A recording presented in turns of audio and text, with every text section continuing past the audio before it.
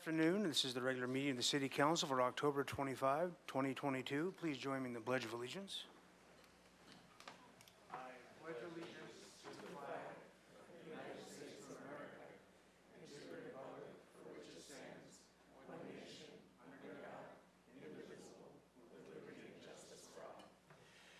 Madam Clerk, would you please call the roll? Yes, Councilmember Alejandro Gutierrez.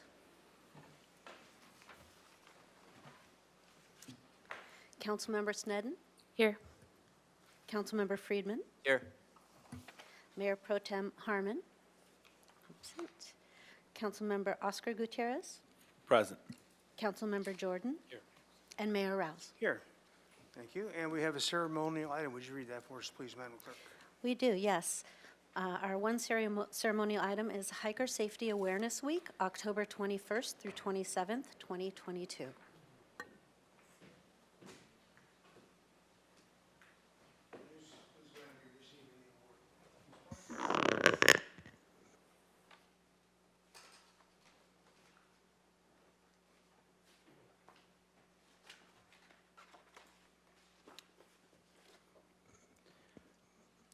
This is an item that Councilmember Oscar Gutierrez brought forward for the council, and it's a Proclaim Hiker Safety Awareness Week, October 21 through 27, 2022, in honor and memory of Jake Parks.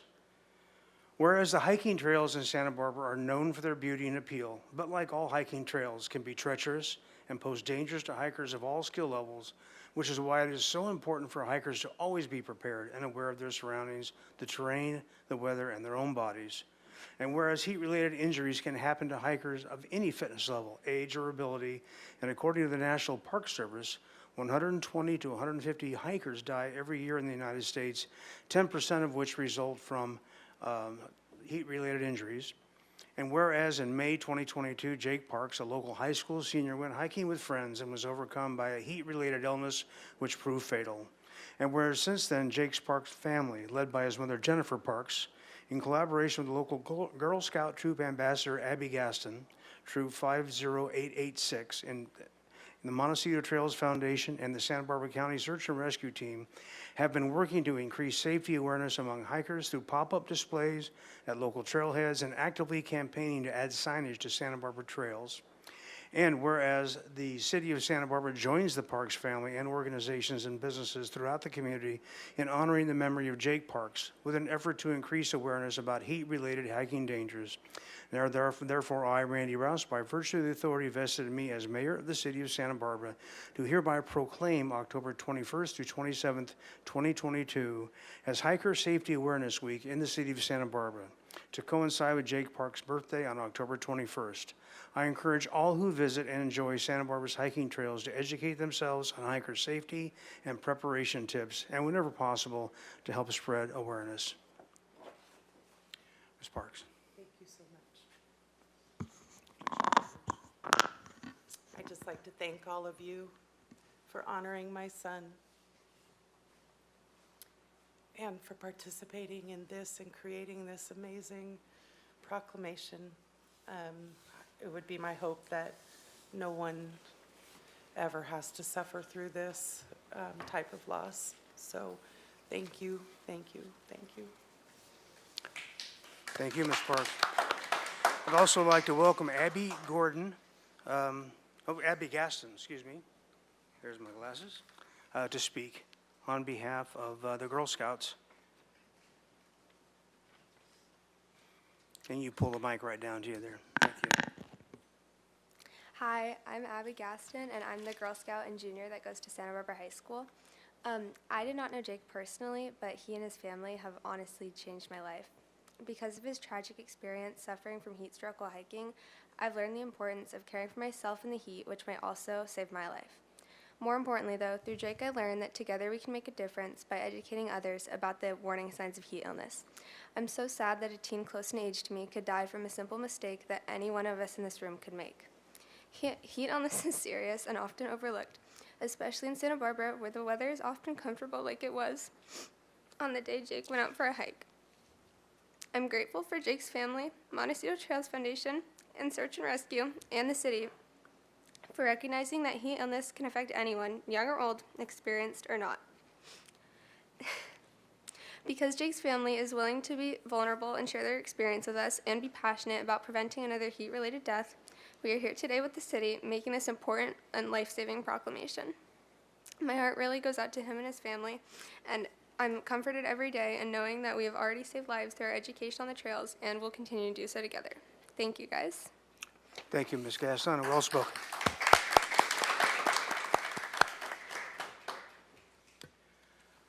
Okay, Madam Administrator, are there any changes to the agenda? Mayor Ross, there are no changes today. Okay, very good. We will go then to public comment, or the public comment for items not on the agenda and within the purview of this body. We have one online member of the public who would like to speak.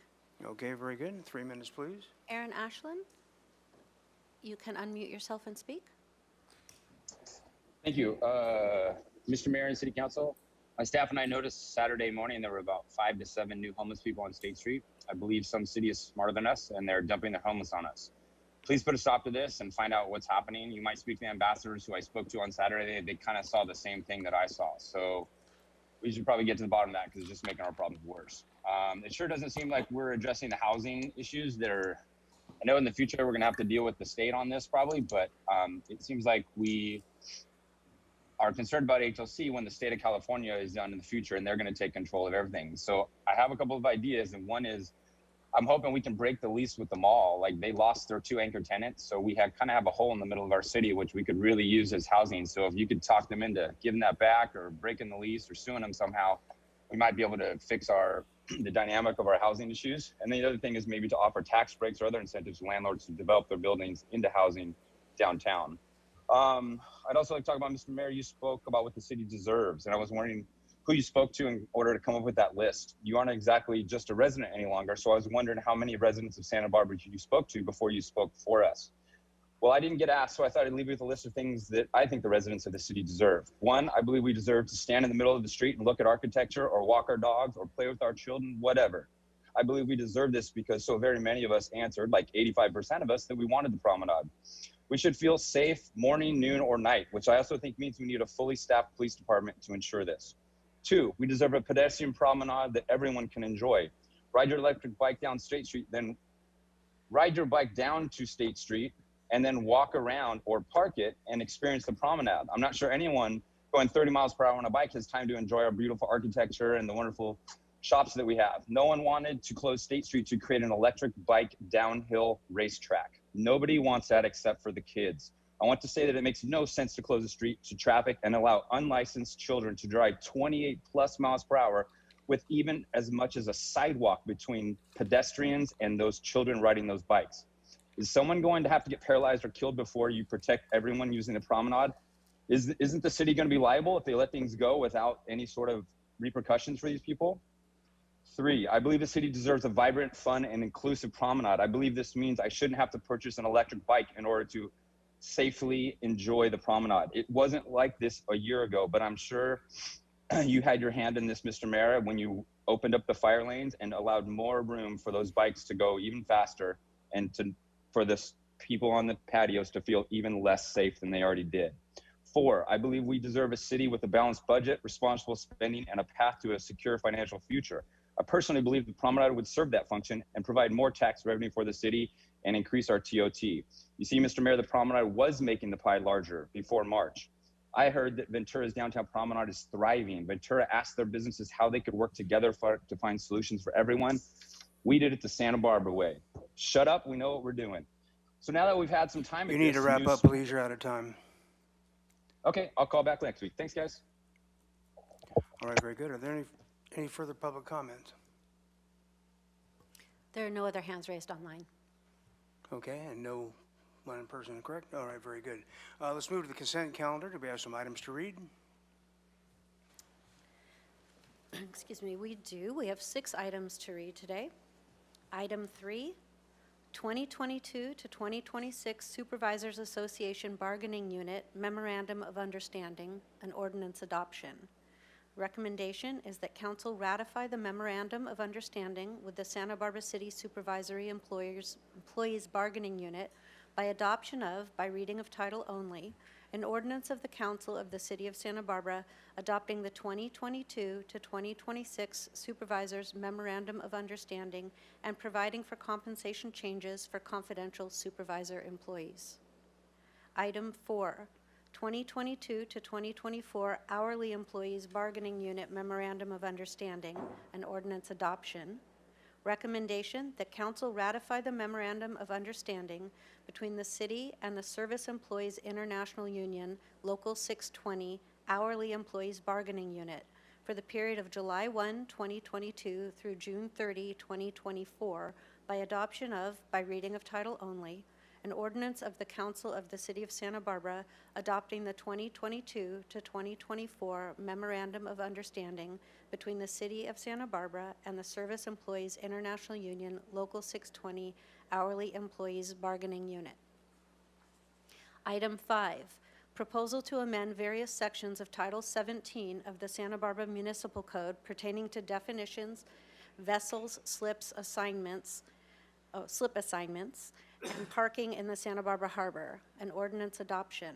Recommendation that council adopt by reading of title only an ordinance of the Council of the City of Santa Barbara amending the Santa Barbara Municipal Code by amending sections 17.04.010, 17.12.050, 17.20.005, and 17.36.040 pertaining to definitions, vessels, slip assignments, and parking in the Santa Barbara Harbor.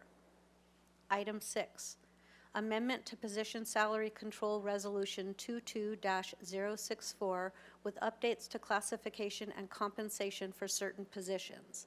Resolution. Recommendation that council adopt by reading of title only a resolution of the Council of the City of Santa Barbara amending Resolution 22-064, the Position Salary Control Resolution for fiscal year 2023, to amend the established salary for positions listed and reestablish the Assistant Finance Director title with effective dates as listed. Item 7, approval of Santa Barbara Clean Energy's 2022 Integrated Resource Plan, a resolution. Recommendation that council adopt by reading of title only a resolution of the Council of the City of Santa Barbara approving Santa Barbara Clean Energy's 2022 Integrated Resource Plan. Item 8, acceptance of easements being acquired for the De La Vina Bridge Replacement Project at 2829 Vernon Road, a resolution and agreements. Recommendation that council adopt by reading of title only a resolution of the Council of the City of Santa Barbara accepting easements acquired for the De La Vina Street Bridge Replacement Project and authorizing the city administrator to execute all documents and take other actions as may be necessary. And that concludes what needs to be read. Okay, very good. Thank you very much. Does anyone on council need to pull an item? Okay. Do we have any public speakers on public comment online? I don't believe so. Let me Okay, check. very good. I will then entertain a motion on the consent calendar. So moved. Moved by Friedman, Second. second by Gutierrez. Do we need a roll call vote on this, Madam Attorney? No. No, we don't. Okay, so we can vote as a group. All those in favor signify by saying aye. Aye. Anyone opposed? How refreshing, a group vote. All right, very good. Let's see, we need a report from the Ordinance Committee. Ms. Snedden, please. Thank you, Mayor Rouse. Yes. Today we heard ordinance updates on the committee process revisions, on the ordinance committee process revisions. This was the second time we heard updates, and we voted unanimously to move the recommendations to council. All right, thank you very much. And we will move then to our next item. Would you read the item, please, Madam Clerk? Excuse me. Item 12, Single Family Design Board membership criteria and quorum requirements. It's an ordinance introduction. Recommendation that council introduce and subsequently adopt by reading of title only an ordinance of the council of the city of Santa Barbara amending Santa Barbara Municipal Code Section 22.69.101 to revise the membership of the Single Family Design Board, and B, receive an update from staff regarding the Single Family Design Board process improvement work effort being considered by the Land Development Team Oversight Subcommittee to streamline project design review. Very good. And with that, we'll take the staff presentation. Hello, good afternoon, Mayor Rouse and council members. My name is Ellen Kokinda. I'm the Design Review and Historic Preservation Supervisor in the Planning Division. I'm here today to talk about the Single Family Design Board membership, the amendment, and then just a general SFDB process improvement update. So my presentation will include a little bit about the process improvement work effort, background on the Single Family Design Board, our process improvement goals, and then go over our outreach plan and timeline. And then I'm here today specifically to ask your consideration for SFDB membership amendments, and this item is fast-tracked. I'll be able to go through that as well and discuss the current challenges and the proposed amendments in our recommendation. So in terms of our Single Family Design Board process improvement work effort, you may recall back in the middle of 2020, the NOVAC report, which was looking at the entire land development team process of any time development projects come through. They made a recommendation in the final report to eliminate the Single Family Design Board or reassign its duties in order to streamline and simplify the land development process. And I think that the takeaway from that report is that's a rather extreme solution or proposal. So in terms of our work effort and what we're proposing and looking into is staff is assessing the SFDB purview in general and considering how to reduce some of those design review triggers for single unit housing projects. So a little bit of background about the Single Family Design Board. We didn't have the Single Family Design Board at first. Really, it started with the idea for neighborhood preservation and the creation of a neighborhood preservation ordinance. So there were, for the first time ever in 1992, there were single family design guidelines. So this means that for the first time ever, discretionary review was required for certain single family homes, and there was special emphasis for looking at the Hillside Design District because those were the properties and the homes that could be seen from below, so they wanted to be an oversight process over that. So at the time, the Architectural Board of Review had expanded their purview to include single unit projects in reviewing that. You can imagine with the number of projects that they had to review, they were meeting on a weekly basis, it became too much. Around the early 2000s, we were also seeing the creation of McMansions, just this broad term for really large homes that were, many were along Shoreline Drive, where a lot of neighbors felt uncomfortable with the size, the scale, and kind of how they fit in with the neighborhood context and certain things along the mesa as well. So there was a 3-year process to expand the neighborhood and to expand and update the neighborhood preservation ordinance and to actually create the Single Family Design Board, again, to kind of overall try to assess how projects could be more compatible with the neighborhood. And it actually, again, even through the creation of a discretionary review process, it was really the first time that neighbors had a forum in which to discuss and share their thoughts on different design proposed by single residential homeowners. So what is the Single Family Design Board responsible for? Every time they review a project, they're applying the neighborhood preservation findings. So these are some of the findings up on screen. I won't necessarily mention all of them, but really their goal in being able to review projects is to be able to make the finding that the project is consistent with the scenic character of the city and that they're enhancing the appearance of a neighborhood. Point number 2 is neighborhood compatibility. That's really the size, bulk, and scale, that they're not only appropriate to the site, but to the neighborhood as a whole. They're looking for quality architecture and materials. And then I'm going to point out the Good Neighbor Guidelines. There was a lot of work that went into that process to create those guidelines and that ordinance. And so there's special attention given to trying to create guidelines for maintaining privacy, landscaping, noise and lighting, all the things that, again, when you have neighbors, the annoyances and that kind of rub people the wrong way. So just to put in context, these are guidelines. They're not all requirements. And this is the challenge of the Single Family Design Board. They have a really difficult job because they are dealing with all of the neighborhood issues and changes and things that they're seeing. And so they're trying to mitigate that, hear what the public is saying, but then also trying to be able to create these findings and through a subjective discretionary process.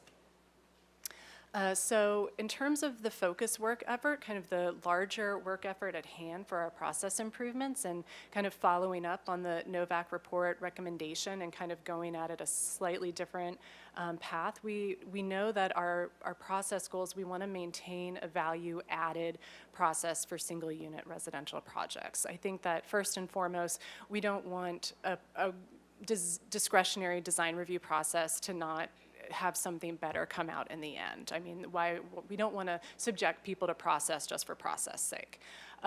We want to look at reducing the number of overall projects reviewed at a public hearing, so that's one way that we can streamline, and then expand opportunities for administrative review. Our single-family design guidelines outline a number of ways that staff can approve small or minor projects, but we think that there's a way to expand that list in order to, again, reduce the number of projects that have to go to a public hearing, but again, won't be necessarily the things that would be as problematic from a neighbor standpoint.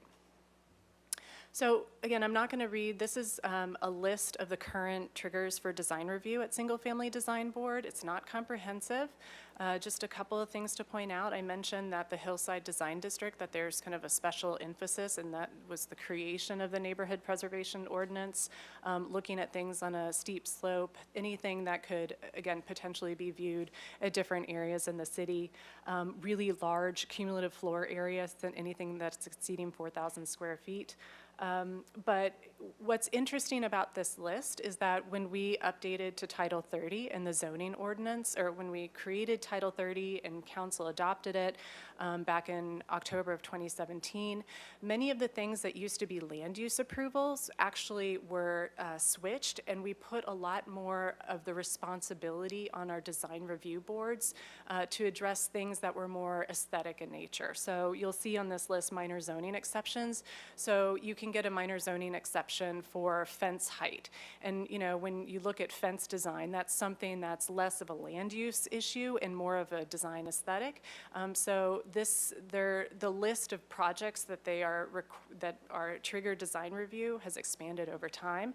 Another example of that are the accessory dwelling units. As you all are probably familiar, accessory dwelling units on the whole are ministerial, meaning that they don't have to go through a discretionary process, but that's only if they meet the ministerial design criteria. If an architect or client chooses to not follow that, then they're more than welcome to propose something else. It just means that it kicks them to a public hearing and through the discretionary process. So we've added more and more projects to the list, and that's expanded over time. So for this focus work effort, as I mentioned, we want to just go ahead and review all of the current triggers for Single Family Design Board review. I want to look at analyzing the different project data. I have a report at my fingertips that I can look back at the last 3+ years of single family design projects and what triggered them and what the outcomes are, to be able to understand, again, what are the types of projects that we're seeing in mass, where might we be able to, what are the ones that seem to get approved more than others? Is that something that has to be subject to a public hearing if it's something that's not as controversial? We intend to do stakeholder outreach, which we've kind of already been working on and kind of getting the foundation for that. And that really encompasses not only the people who are subject to most of the single-family design board review. You know, we have our local AIA chapter has been very supportive in being able to help us out and to provide insights into their experience. But I just want to acknowledge that our actual current and former members of the single-family design board, because they participate in these meetings on a biweekly basis, or they have in the past, so they have incredible insights as to, you know, what they think is appropriate that really needs to be before them and what's not. So again, kind of taking that into consideration and wanting to pull them, probably doing some focus groups as well, because I think you can learn a lot of insight. I imagine there would be a larger survey, but then also the focus group conversations where you can kind of get into it a little bit more. So we're not expecting a thorough 3-year timeline like when the neighborhood preservation ordinance was expanded. We're really looking at a shorter time frame, an 8 to 10 month timeline. And again, to be able to come back to you with amendments to Title 22 and the design review, which is our ordinance for the single family design board and the different triggers. But then that would also require updates to our single family design board guidelines. So that kind of concludes the broader focused work effort related to process improvements. But I'm here today because I want to talk to you about some of the acute issues that we're dealing with related to membership and quorum.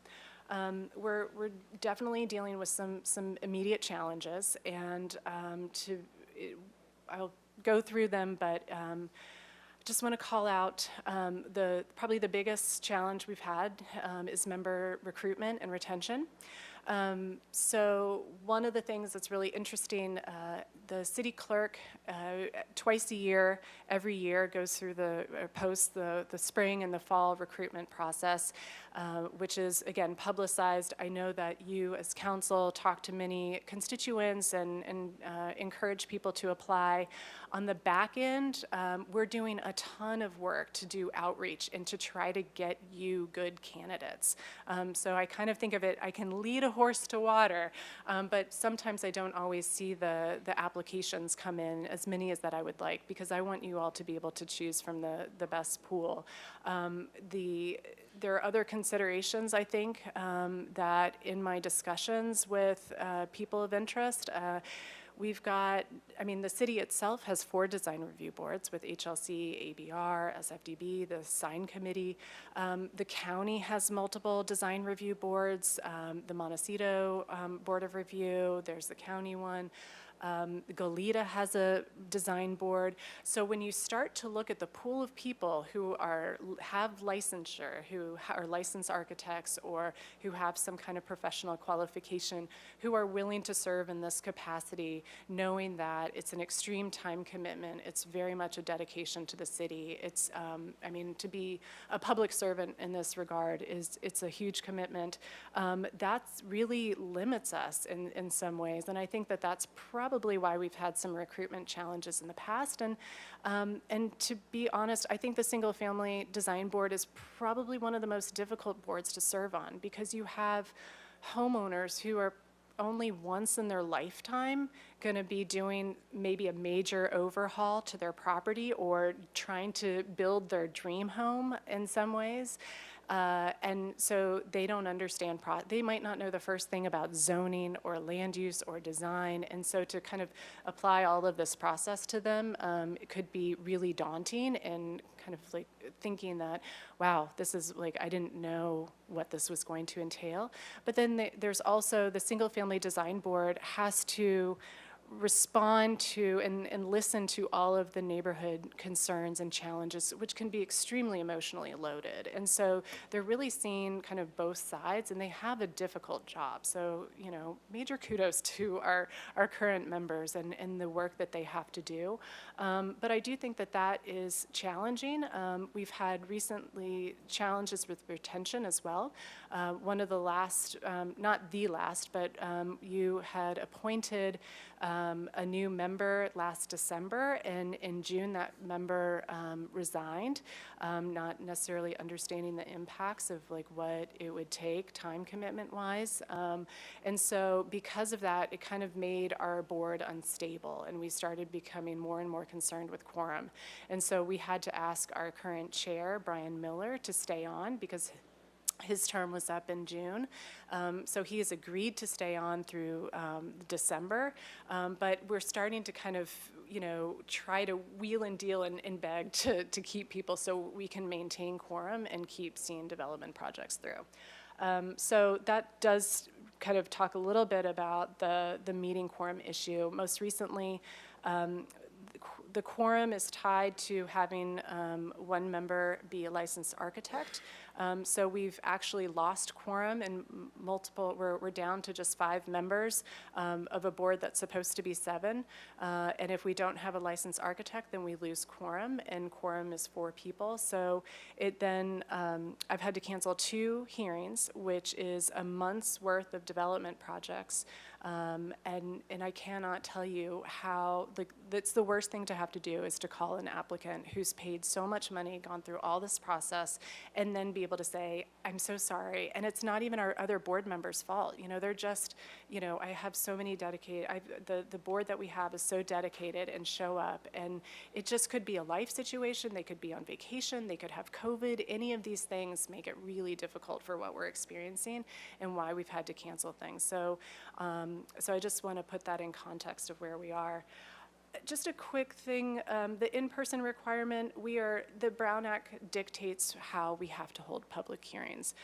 But with Single Family Design Board, as well as our other design boards, we have the consent calendar, which meets at 11 a.m., and then there's the full board meeting the same day. And I should say the consent calendar meets weekly. So every single week, the consent calendar meets at 11, but then every other week, they come back at 3 o'clock. So if you think about professionals and trying to do recruitment, that's really difficult to ask for that kind of time commitment in general. But again, we're kind of limited in what we can do for a public hearing with Brown Act requirements. The Single Family Design Board sees twice as many projects as ABR and HLC. That's extreme. It means that we have to kind of cut it off to 5 projects at each full board hearing. But to put this in context, as of a week and a half ago, we were scheduling out in January. Again, this is a really difficult message to share with applicants, architects, clients who are interested in moving through the process, and what that means to not only the delay of development, but the heavy caseload. I've had to consistently prioritize getting through development projects as opposed to making sure our SFDB board members are properly trained. It takes time to learn how to be a board member and to kind of get all your bearings with all the different design guidelines and the public process and the meeting procedures, and you learn a lot from your other members. And I have had to, I've spoken with our current board members about it in instances, and and apologizing, and just because I know that they need more training and they've asked for it, but again, needing to prioritize development along the way. So that gives you some context. I want to talk about some of the existing requirements so you kind of understand and can see where we're coming from. We've got existing requirements for SFDB membership is 7 members. They have to be residents of Santa Barbara County. The qualifications, 2 licensed architect, 1 licensed landscape architect, 3 persons with professional qualifications, and then 1 representative of the public at large. And in terms of the existing requirements for quorum, you need 4 board members to constitute a quorum, and 1 of those 4 has to be a licensed architect. So right now, just to put it in context, we have 5 board members and we have 1 licensed architect. So I'm reliant on that 1 person showing up, making it a little difficult to breathe on a weekly basis, to be honest. So what we're proposing today for ordinance amendments, we just want to reduce the number of board members, the total number, reduce the quorum requirements, and then modify those board member qualifications and quorum requirements. This slide, I just want to point out that we did run this by the City Council's Land Development Team Oversight Subcommittee, which oversees all of the recommendations that came out of the Novak report and those process improvements. And we did get support for the idea of fast-tracking this, again, given that this is an acute issue. So our proposal is that we are proposing to go down from 7 to 5 members, being residents of Santa Barbara County, that 3 members would constitute a quorum instead of 4, and that the qualifications as discussed with the ordinance committee, that there would be 1 licensed architect, up to 3 members possess professional qualifications in fields related to architecture or landscape architecture, which is including but not limited to building design, urban planning, structural engineering, industrial design, or landscape design, and then up to 3 members appointed from the public at large. What this means is that there could be ultimate flexibility for you as city council to appoint members. That was really the intention of that. So we're happy to answer more questions about that. So our recommendation today is that city council introduce and adopt an ordinance amending the Santa Barbara Municipal Code, Chapter 2269010 to revise the Single Family Design Board membership, and we are here to answer any questions you may have. Thank you. Thank you. Questions for council, Mr. Friedman. Thank you. Thank you, Ms. Cookinder, for the presentation. Just a couple questions. Just so I understand, in slide 13, you wrote that if currently there are 5 board members with 1 licensed architect, but a licensed architect is required for a quorum. So what happens when the architect has a conflict? So, Mr. Mayor, through you to Councilmember Friedman, that's when I have to cancel a meeting, and that's what I've had to do. And it is, again, sometimes we don't know until the day of if someone comes in sick or if that person is ill, you know, anything could come up. And so that means that we don't have a quorum and I have to cancel a meeting and then try to figure out how to move those 5 projects into an already maxed out schedule. I mean a conflict in terms of they can't hear the project because maybe they're working on the project. And then, are they able, is the board even able to hear it then? Because you can't have an architect, and that architect is prohibited by conflict of interest to hear it. So I'm just wondering what happens then. Ms. Ostringer. Mayor Rouse, Councilmember Friedman, there are exceptions under the FPP regulations that allow us, if that situation came up, that we could look and it allows projects to go forward and allows that licensed architect to waive a conflict. We would have to look at it on a case-by-case basis. But under the new revised ordinance that we're proposing, we would not have a licensed architect be required for quorum. So that way, that 1 licensed architect wouldn't be the single deciding factor on whether the projects could be heard. Thanks. Yeah, I just was wondering what happens in a case of conflict of interest, but that would be staff intensive to try to find that way, and it would require a lot of time. My last question is you referenced that the consent calendar is at 11 o'clock weekly, and the board meets every other week at 3 o'clock. Typically, how long is the consent calendar?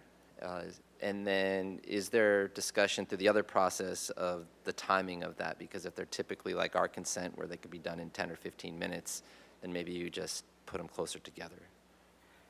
Mayor Rouse, through you to Councilmember Friedman. So generally, it really depends on how many projects are heard. Because SFDB has twice as many projects, we're seeing just as many full board projects as we do the consent calendar projects, so quite a few. And they can generally last they're generally about an hour long. And so there's probably anywhere from 3 to 5 projects that they might hear at a weekly meeting. And again, that's really dependent on how many projects come in and where they are in the process and if they're ready for a hearing. So that's something that you're looking at through the other process if 11 o'clock is an appropriate time, or maybe it might be a little bit later? So that actually came up at Ordinance Committee of just one of the things to explore and to poll and to ask our board members of what what would be convenient for them, but no specific proposed changes at this moment. Thank you. Very good. Ms. Sneddon. Thank you, Mayor Rouse. So I just have a clarifying question. One, we've heard this at ordinance twice, so we've had a lot of questions. But what we heard at ordinance were just questions of membership qualifications and quorum. And then today you presented the list of the current triggers. And I just want to really clarify, we didn't hear any of those, and we haven't discussed those. That's a future item that will come to ordinance or to council or to both. Mayor Rouse, through you to Councilmember Sneddon. So that would also be an amendment to Title 22. So that would definitely go before Ordinance Committee. That is correct that you did not hear it.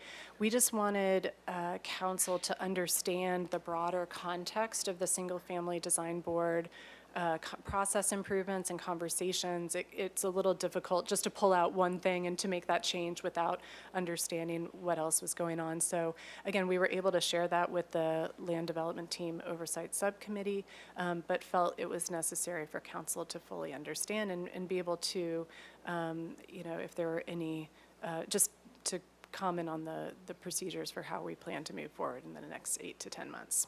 Thank you, and I appreciate that, because when you start to see them listed out, realizing how important so many of these decisions are was important to highlight, but I just wanted to make extra double sure that we're not considering today which of those triggers to remove or diminish or in any way. There's nothing in this change today that addresses that. That is correct. It's really just the last slide here, the decision that's before the council today. Thank you.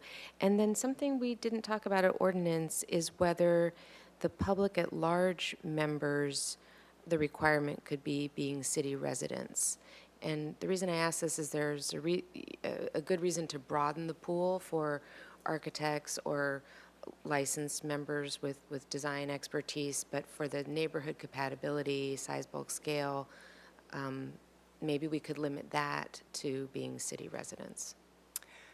Mayor Rouse, through you to Councilmember Sneddon, I think as the council wishes, I think that it makes more sense in some ways that if you live in a city that you might be interested in serving on a board as a public at large, but I don't know the recruitment implications for that. So it could be proposed as an amendment, and then if it doesn't work or you're still not getting the type of candidates, then it could always be addressed in the future. Thank you. I appreciate that. Just recently, since you've brought it to our attention how hard it is to recruit, now when people talk to me about projects in their neighborhoods, I now say, well, you should be serving on the SFDB. So Thank you. it might help actually as a recruitment tool. Thank you. Mr. Gutierrez. Thank you, Mr. Mayor. Is it at all possible to combine this committee with another one to avoid a lack of participation? Mayor Rouse, through you to Councilmember Gutierrez, are you, if I could ask a clarifying question, are you, maybe could you say a little bit more about your question? So since this board is having an issue with attendance, can we basically add the responsibilities that this board addresses to an existing one that is not having this issue? So if I may, I think Ms. Ostringer might respond to that, but I can say that there's a difference between the Single Family Design Board and then the Architectural Board of Review and the Historic Landmarks Commission, because the HLC and the ABR are charter boards, and so they have a very clear membership and kind of what the outline of expectations and participation and what their oversight is. The Single Family Design Board was created later on, and it's just within our municipal code. It's not a charter board. So it's honestly the reason why we have more flexibility to make changes to it and to the different design criteria. But that's, I guess, merging the two hasn't necessarily been considered. And I'm going to pass it off to Ms. Ostringer. Ms. Ostringer. Yes, Mayor Rouse and Councilmember Gutierrez, This is one of the rare boards where a Historical Landmarks Commission member or an ABR member could actually serve on this board as well, but they would be serving two boards, which would be quite a work effort on their part, but that's one way we could do it. There's other alternate ways of process improvements for the Council of General of how they want to appoint if there was to be considered alternates. There's challenges if we did that, but it's something that we could look at. There is also in the council's commission's guidelines procedures, you're allowed to have mid-cycle recruitments, so the clerk doesn't have to wait till June and December. If we lose a member, we could start recruiting mid-cycle. I have a follow-up question. So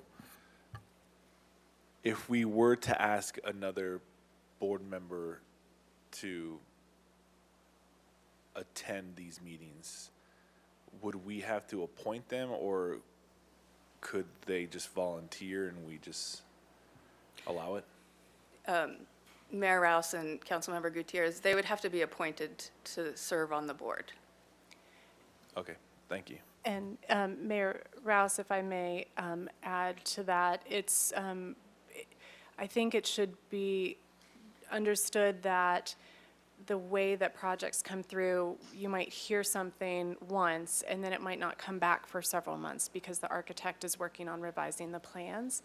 And the expectation when someone comes in and they haven't participated on those former reviews, they're obligated, in order to participate and make a decision, they have to read the minutes, they have to watch the videos, and look at the plans and all the different materials that were submitted. So if you have multiple meetings that have had, 2 concept reviews, and then it begins to add up from a time perspective, so it's not necessarily someone can jump in and just make a decision. They're really obligated to make sure that they've tracked the project through and through in order to be able to be a participating member.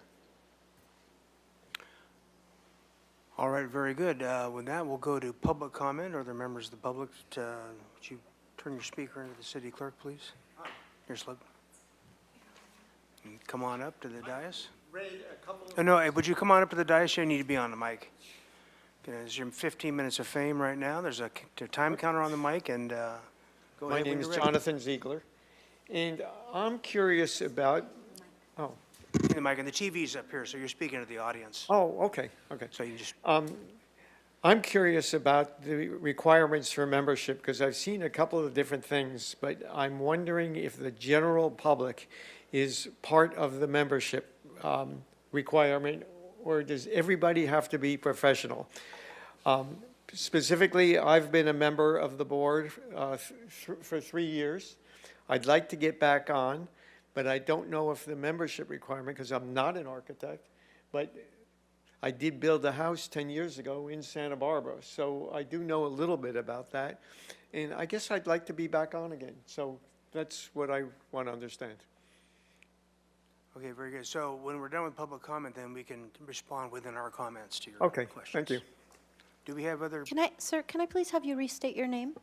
Oh, yeah. Jonathan Ziegler, Ziegler. Thank you.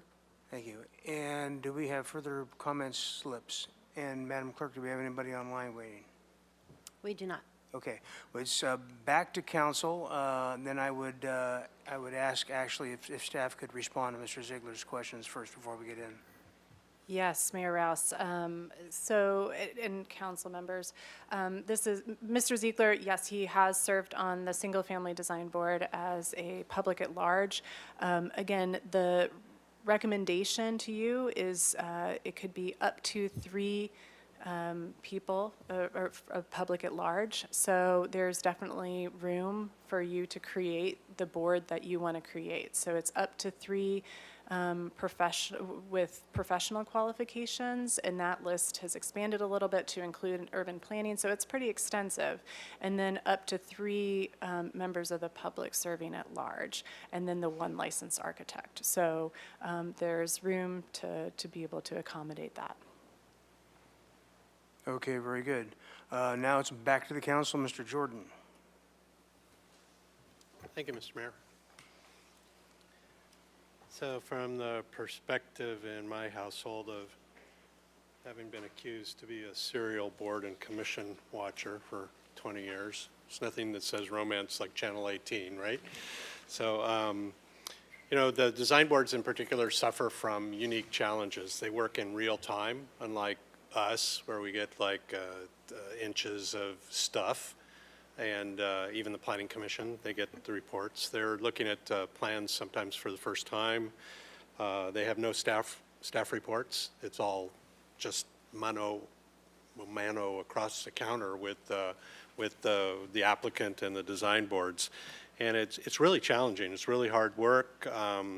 It's exhausting. It's pretty clear to me that the dynamics out there in the community are increasing the work in renovations and qualifications for this type of process. It's not going away soon. People are staying in their houses. People are improving their houses. People are hitting those triggers, making it you know, really important to continue on the alternate path going forward and pick off the low-hanging objective fruit that really doesn't bother anybody, but's messing up the process timeline. Great discussion at Ordinance Committee on all these topics, and what I think probably, if you look at it from a historical standpoint, as historical as the design board, this design board is, a pretty drastic change from having people with licenses be the almost majority to potentially people with nothing other than being an interested community member being almost the majority, or actually the majority, 3 out of 5. But I think what it offers is it offers the council the opportunity to figure out exactly what they want. It gives you the ultimate flexibility to pick from a pool at that time and place for the expertise you want. It gives you the opportunity to really ask some harder questions on the workload for those applicants and make sure that they realize what they're getting themselves into, so we don't have these problems. You know, the section of the Mayside that I live in, if you just want to draw a line from El Camino de la Luz down to the Wilcox property, it's like design board heck forever. I mean, it's just project after project after project. And I've had people on my front porch saying exactly what Ms. Cookind is talking about. You know, I waited a month and I was scheduled, and then they called the day before and they canceled me. And of course, they have the next 2 weeks already scheduled again. So the next one is 3 weeks away, and then I wait 2.5 more weeks and they cancel me again, and, you know, repeat, rinse, recycle, whatever. It's just, it's obviously not working now. So I personally like the what I think is the graded added flexibility to the ability to choose the makeup of the board. I was kind of on the fence on even a requirement, an absolute requirement for one architect, but I can tell you when we lost Bruce Bartlett from Planning Commission midterm, the only architect that's been on Planning Commission in the last 10 years, it was a hole. There's a value that an architect brings that you or I can't see things in 3 dimensions that they can see, or they can see the way a roof works with the way it's gabled now, but I don't even know what the other type of gable is, and they can talk about the other type of gabling and how it makes the project better for itself and better for how it accomplishes what the architect wants to accomplish for the project and saves something for the surrounding buildings, so neighbors. So I think there's an advantage to continuing to have that one requirement for an architect, and obviously the flexibility is there that if you want to load up 3 more, you could have 4 architects on there. But if the flexibility is also that you think that that board should represent a greater variety of professionals in this town, there's that opportunity. And then as Ms. Sneddon said, like when you're out in the line at the supermarket and somebody's talking about a project and saying, well, hey, I know a place where you can put this interest to work. It gives you the greater flexibility too to get actual community members involved in this and making decisions about their community. So that's my sales piece. I want to say also that we talked a little bit about at ordinance committee about the difficulty when not to say there are more important boards and committees versus less important in the A to Z of boards and committees, but there are some that when somebody, a person or two, fall off of it midterm, that it is much bigger consequence to that board or committee than it is other committees. Design committees in particular, planning commission in particular, I could probably think a little harder and maybe come up with another one or two. In the future, it might be the Fire and Police Commission if you had somebody fall off midterm. And so we did talk a little bit too about putting another burden on the clerk's office and not just falling into the historical June, December type of process, but that if we really were looking at both the situations where you had a hole in a board or committee, but you also had people who were willing to step up at that time right then and apply and get on there, that's what we should do. We should find a way to do it pretty easily, pretty quickly, and not slow down the rest of the process. So I'm going to support this as it came through the ordinance committee, and happy to do so. Thank you, Mr. Mayor. Thank you. Ms. Ned. Thank you, Mayor Rouse. So just for comments, the Single Family Design Board serves such an important function. I'm thinking about neighborhoods and particularly for the hillside districts and those issues of compatibility, size, bulk, scale. These are really important for neighbors and for members of our community. I can say no one cares more about the hillside than somebody who lives on the hillside. They're very acutely aware of the impacts on hillsides. So it's important that this committee meets regularly, that it can make quorum and not cause delays. It's also important that it has qualified members. And I really, in having this come to ordinance twice and here today, I'm really seeing neighbors as being sort of exceptionally qualified to serve on these boards and give input on neighborhood compatibility and those issues. So also thinking that having the one licensed architect minimum is a good idea, and we should keep that. And I really appreciated the comment about, from Ms. Kokinda, that these changes need to be value-added outcomes. And I think that's one of the challenges with design boards, and I think this more compact but more consistent makeup of the board could really accomplish that. I would like to add, and I apologize that it didn't come at ordinance, I hadn't thought about it until today, that the public at large member, because we are sort of shifting the membership, I think it's important that that public at large member be a city resident. It doesn't sit well with me at this moment that someone outside the city would be deciding issues of neighborhood compatibility or hillside district issues in the same way, whereas an architect or someone with a professional qualification is looking more broadly. So I would like to add that with council's agreement that the public at large member be a city resident. And we could have up to 3 members, and it does seem to me to make sense that they be local because they are specifically neighborhood issues that we're talking about. But I think this does address a lot of the problems and has this continued to be such an important board and far preferable to eliminating the board, which would be very extreme. So with the addition of the public at large being a city resident, I'm in favor of the proposed changes. Mr. Friedman.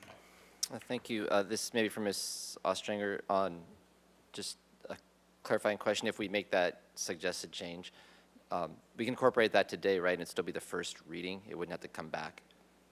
Mayor Rouse, Councilmember Friedman, yes, that's correct. We would make the change. I can draft it right here and read it back to you. Okay, perfect. So I'll just get into my comments. I want to thank staff for fast-tracking this portion of it. I know that we had heard this at the long-range development team, and to have it come back relatively quickly, it was important, and I appreciate the work that went into it, and also the ordinance committee for vetting this twice and coming up with a good plan to try to address the quorum issues, which ultimately are a customer service issue, and we're trying to really enhance the experience that someone would have in the community development department, and when they have examples like we heard today where the day before you get rescheduled, sometimes a month out, and maybe you might have taken off time from work or childcare issues to attend the meeting, and then to have that change, it just puts an extra burden on the individuals going through the process as well as financially. As stated, this came to the Long Range Development Team Oversight Committee, and we did support this, and it's been refined, so I still continue to support it. And this also was discussed briefly, this type of issue within the Finance Committee in terms of the Fiscal Sustainability Initiative, where we're looking at just staff workload efficiencies, operational efficiencies, and this falls in line with where we're going there. And as an organization as a whole, when we're trying to be fiscally responsible and operationally responsible, it's a lot of little things that add up to getting us to where we want to be. And this might be a little thing, but it's these types of things that really can make a difference. And when you think about the time and resources it takes to put something on an agenda, you have the community development department, you have the city attorney, the city clerks, and then when it comes off the agenda, there's that time to cancel it, so there's all that time to post it properly and then try to find it to get it rescheduled. That's a lot of work, especially when our staff, as we've constantly heard, are understaffed right now and have a backlog of projects. And so it just falls in line with two initiatives that we're working on. So I'm supportive of that, and I'm supportive of the amendment, I guess, or the suggestion by Councilmember Sneddon. I don't think it'll be that big of a recruitment issue, and there are some benefits to having for the public at large, just residents within Santa Barbara. So I'm open to that if the rest of the council is. Thank you. Yeah, I agree. In general, smaller, more nimble boards are always better if we can. These quota issues can be a killer for the process itself. You know, I know that HLC is a large board, but it is memorialized in the charter, so it is what it is. To kind of respond to Mr. Gutierrez's thing about combining things, I think one of the things we want to make sure we do is keep the boards within their scopes and define those scopes as narrowly and as precisely as possible so we can move forward. Whatever we can do, whether it's pulling some more things into ministerial issues or narrowing the scopes or defining the scopes to keep the process moving forward, would answer probably the bulk of the complaints and the issues we hear from the community when it comes to, particularly now when we're in this huge workload thing between auxiliary dwelling units and you know, what we had left over from the AUD. So, quick question for staff though: is there any room within a board like this for for having alternates, for example, people that would not be on the board but could step in the case of quorum issues? I think the more inclusive the more inclusive we can make the boards, in other words, not restricting them so much requirements, is a really good move. But does the alternate thing make any sense whatsoever in this one? I know we do for other kinds of committees from time to time. So, Mayor Rouse, if I could intercede. We are looking at the boards and commissions and overall, and we will be bringing back information both to the Finance Committee and to Council as part of our Fiscal Sustainability Initiative. And that is one of the elements that we'll be evaluating for your consideration for Council. Right, because it's frustrating to watch some really great public servants' work not count because there wasn't a quorum that day. They showed up and they couldn't get a quorum. And of course, then there's the applicant themselves, which are going this crazy making. With that, I believe I will entertain a motion on the issue. Ms. Sneddon. Thank you, Mayor Rouse. I would like to move the recommendation that council introduce and adopt an ordinance amending the Santa Barbara Municipal Code 22.69.010 to revise the single-family design board membership with the addition that the public at large qualification be limited to city residents. Second. So first by Sneddon, second by Jordan. Mayor Rouse, if I may, for the clerk, may I read the language of the ordinance as it'll be revised? Thank you. All right. To the motion, the section 22.69.010, subsection B, membership, will now read, a single-family design board shall be composed of 5 members appointed by the City Council. At least one member shall be a licensed architect. Up to 3 members of the public at large who reside in the city may be appointed, who do not possess professional qualifications in the fields related to architecture. Remaining members who possess professional qualifications in the fields related to architecture or landscape architecture, including but not limited to building design, structural engineering, industrial design, urban planning, or landscape contracting. All members of the board with professional qualifications shall reside within the Santa Barbara County and shall hold office at the pleasure of the City Council. A person may serve on the Architectural Board of Review or the Historic Landmarks Commission and the Singles Family Design Board at the same time. Thank you. Very good. To the maker of the motion, is that, I just have a question. So that speaks to the members with qualifications, but it's silent then on city resident, or is that the presumption? It is specific to those members of the public at large who do not hold the professional qualifications. They must be city residents. And then- If you hold a professional license, you can be appointed as a county resident. Okay, so only those with the professional qualifications? That's may- correct. Okay, thank you. okay, very good. Seconder? Very good. Okay, we will do a roll call vote, please. Was that Councilmember Oscar Gutierrez? That was second? Mr. Jordan. Mr. Jordan, okay.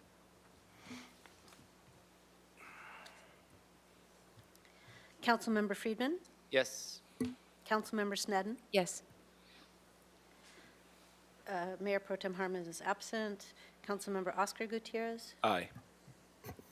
Councilmember Jordan? Yes. Councilmember Alejandra Gutierrez is absent. Mayor Rouse? Aye. Okay, unanimous from those present. Very good. Thank you very much for the presentation. And we will go to council communications, the committee assignment reports. That was Mr. Gutierrez. Thank you, Mr. Mayor. So last week, I believe we all attended the city employee picnic at Alameda Park, and that was a lot of fun. It was great to see so many of the city staff that we haven't seen in, it feels like years since we haven't had the event. And I don't know who won all those competitions. If we can get a staff update on that, I'd really appreciate it. We had a SB Act all-call meeting to go over the homeless issue.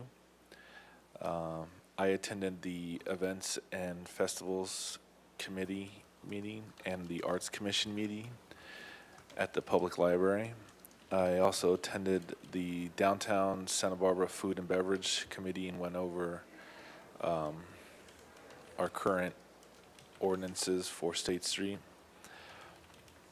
I attended the AOK Career Fair at the Franklin Center, and it was great to see a lot of these kids and them kind of asking questions about what it's like to work for the city and such. It was a good event. Attended the State Street Ad Hoc Committee and went over bikes on State Street. Attended the East Side RAP meeting and went over the East Side homelessness issues. Attended the AIA homeless housing presentation at City College. It was really educational to see how architects are trying to help address the homelessness issue all over the country. Attended the 20th anniversary of the Channel Islands restoration. I attended the 7th annual Special Olympics with Mayor Rouse. That was a lot of fun. I also attended the Independent Learning Resource Center fundraiser. It was good to see a lot of our Access Advisory Committee members there. Attended the Bread and Roses fundraiser, and yesterday I was able to speak to a UCSB civic engagement class and also attended a UCSB alumni event. That's all I got. Thank you. Very good. Ms. Snedden.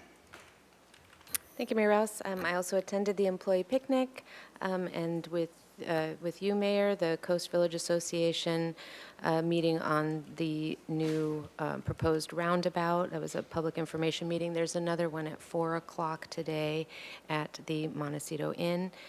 Also attended the Water Commission meeting, a lot of updates on, we've been asking questions about recycled water markets, so there's a presentation on that. Attended Community Environmental Council, I believe we almost all did, to their fundraising kickoff event, and then the State Street Ad Hoc Committee met on Friday, really focused on bicycle safety on the promenade and really addressing that issue and recognizing that's a community safety issue. Attended Riviera Association meeting. The guest speaker was also Roger Durling. He gave a really interesting history of the Riviera Theater and the Santa Barbara International Film Festival, and it was a great reminder of what a gem that theater is and the festival. Attended Kachuma Operation and Maintenance Board meeting. Again, updates on the continued progress with the secured pipeline, which is a benefit for the whole all the member agencies. And then yesterday, I was proud to present the 2022 Santa Barbara United Nations Association Peace Prize to Shelter Box USA, who's a local organization who's doing a lot of good globally. Thank you. Mr. Friedman. Thank you.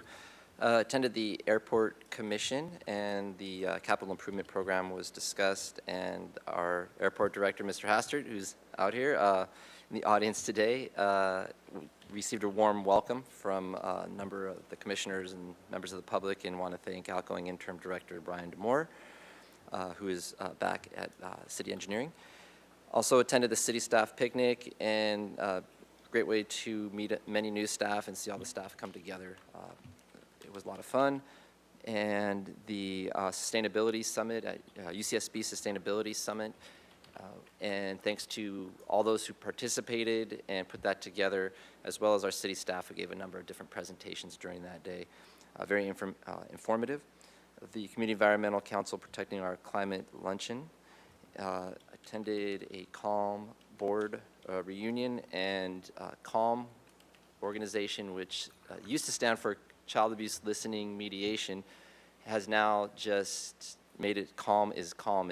It doesn't stand for anything anymore. It's just for all the services and everything. So it's a big change. Even though the name is the same, it more captures everything they do. So that was the big news that we heard. And then also it was on the All Call SB Act Regional Action Plan call. Thank you. Mr. Gutierrez has another one.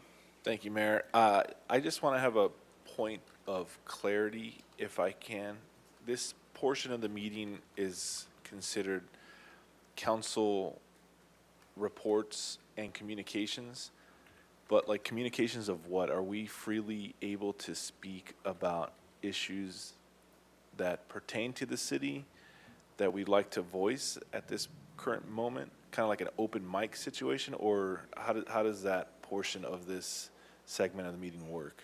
Mayor Rouse, Councilmember Gutierrez, no, it's not a free-for-all communication. It's really a report on your activities. And you could request that staff report back on something, but that's as far as it goes, I believe. Okay, so if there's not some overlying issue that I'm facing that I kind of want to voice right now, this wouldn't be the appropriate time to do it? No, you could, no, it's really a report on your activities. Gotcha. It's not really an open forum communication. Gotcha. The more appropriate forum for that would be a discussion with the city administrator, or if you wanted to place something on the council agenda, going through that, a council agenda process. But, if there's a particular issue you want to discuss, bringing that back to an agenda at a later date, or having, staff report back on a certain thing, then going through the council agenda process for that. Okay. All right, thank you for clarifying. Other than that, I just have a compliment from a resident that I just want to share. They said, please pass along kudos to Public Works Department for their prompt and thorough work on the recent replacement of the Treasure Drive, Samarkand Drive water main replacement project in our Samarkand neighborhood. In my view, there was minimal disruption for such a significant and somewhat extensive task. I have been involved in project management of a number of major construction projects during my career, and I believe I can recognize effective project management when it happens. This is one of the most effective managed projects that I have ever witnessed. Just a citizen is how they ended it. All right, very good. So I represented the city during the Marina Association's convention, which is 140 marina operators up and down the coast, just to say howdy and good morning. They have a big convention every 3-day convention every year here in Santa Barbara. Santa Barbara City College Foundation had a celebration at the on-campus for the Dream Center, and among other things that they've done as a foundation. Attended the Coast Village Road Association meeting for their BID, and we talked even further about the roundabout, which is going to be a very interesting subject to discuss for a while. Did the Salute to Scouting at the Santa Barbara Club on Friday night, and we did Special Olympics, as Mr. Gutierrez mentioned, on Saturday night. And last night I was at the screening of the Sonder movie, which was a short movie done by SB Act and a gentleman named Doug Forsberg, and about homelessness, and we had a forum discussion about homelessness, so I was on the hot spot. And last but certainly not least, I want to wish my mother-in-law Peggy happy 95th birthday. Love you, and I know you're watching in Glendale. And with that, we have a closed session. You have an item to read. Yes, Mr. Mayor, there are 2 closed session items to read. The first is item 14, Conference with City Attorney, Existing Litigation, Government Code Section 54956.9D1, as described in the agenda.